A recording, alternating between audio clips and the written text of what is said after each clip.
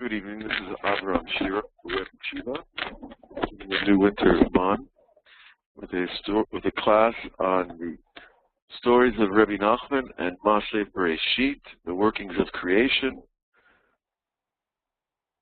It's with a great deal of respect and trepidation that I come to this material, because so much has already been written about these stories, and so many brilliant thinkers have learned and taught these stories that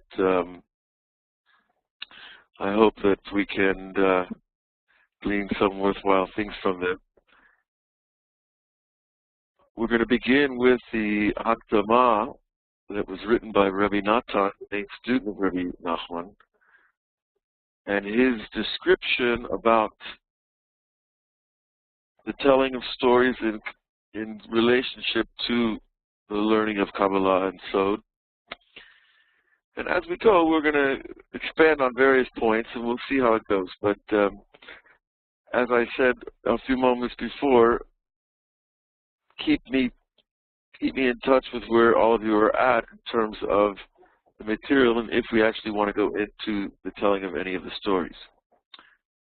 So we're going to start here in the second paragraph. The first paragraph basically is just an introduction of what's going on in the publication of the stories, and there was mitnagdim, and people came out against the stories and said very unpleasant things about them and about Rebbe Nachman, and really it's not of chief interest to us right now. Yadua b'chol sifrei Zohar v'tikunim, all the books of the Zohar, the Tikkunim, b'chol kippei Arizal, and all the books of the Arizal. Shebat Melech, that the Bat Melech, the princess, he kinui. It's a nickname, the Shekhinah. It's a nickname that we give to the Shekhinah. Knesset Israel, the community of Israel, is also a nickname for the Shekhinah. We've already been given permission to use this type of language to talk about the Shekhinah, which in itself, that's interesting, because nowadays, because so much has been published, so much has been translated, and so much has been revealed of the hidden secrets of Torah, we take it for granted that we can even speak about these subjects in an open public forum, especially using the language that we're going to see.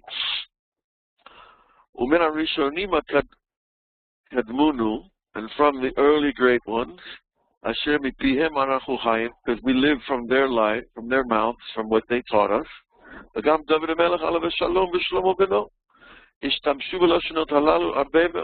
so too David and his son Shlomo, the great kings of Israel, also used this type of language quite often. Like a famous phrase from Tehillim, all the honor of the daughter of the king is within, Panima.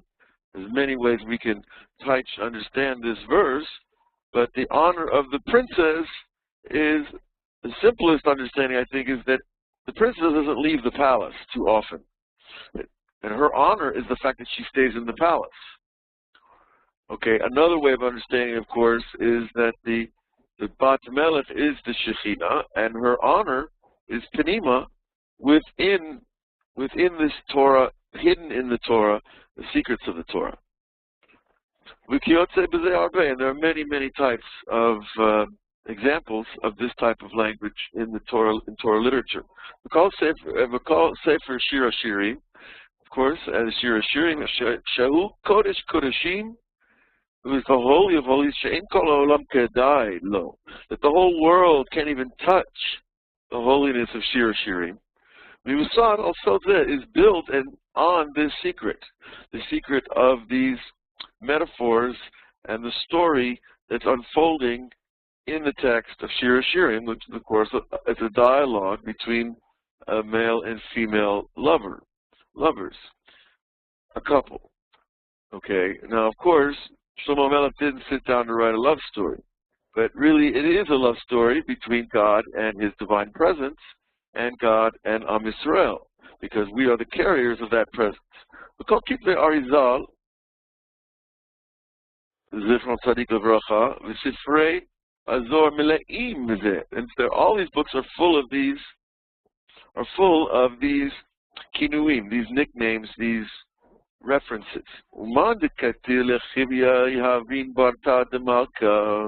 And we see another example from the Zohar. The person who kills the snake, they will bring him the daughter of the king. So this sounds like the classic fairy tale, right? The prince, or the prince, for example, or any courageous young man goes out and kills the dragon, or the snake in this case. He gets to marry the daughter of the king. So you see the whole fairy tale notion that has been passed down through us in world literature is very close to some of the greatest traditions of the ancient holy literature.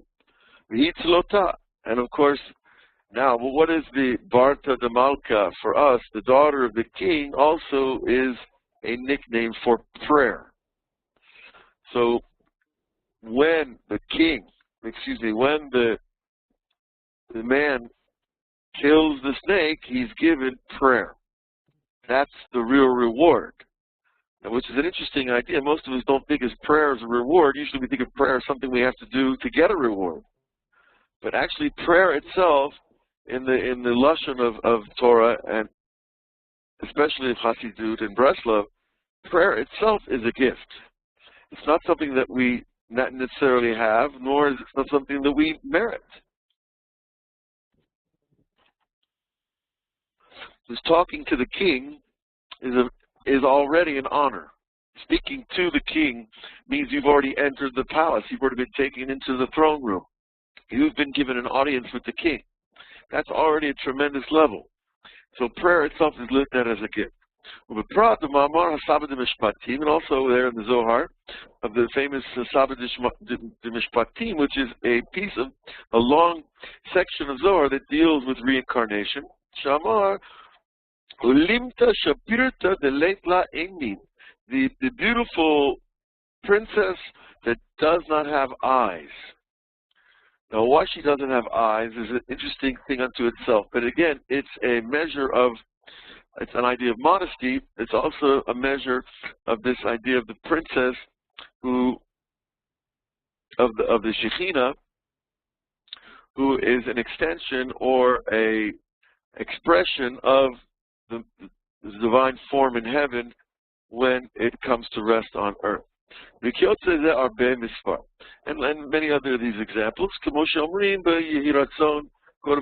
There is this mention in the prayer before saying Tehillim, to unify the wife of one's youth with her beloved. Again, this language, we have many of these formulas of saying, for the sake of the unification of God's name, that this language refers to, again, the unification of the king and queen, or the king and his daughter. There, the language is the bridegroom. Okay, so I think we've got this point down pretty good, that all these nicknames are referring to aspects of Hashem, whether it's the male aspect or the king aspect that sits in heaven, or it's the female or the princess aspect that comes down to earth. The important thing is to have flexibility of mind. This is an important feature that we need in life, and Torah is going to teach us this by giving us a look at this multiple usage of metaphors, that there's not one name or one meaning to a particular image. Princess, king, prince, snake. We've already had these already. The Hatan and Kala, the husband and wife. All of them, we have to develop a flexibility of reading that whenever we open a sefer, as a matter of fact, wherever you look in life, you can start to see the metaphors coming back to you. The metaphors are speaking to us through creation itself. And once our kelim, our tools of perception become more refined, then we start to see them more and more often. And it's quite an amazing thing.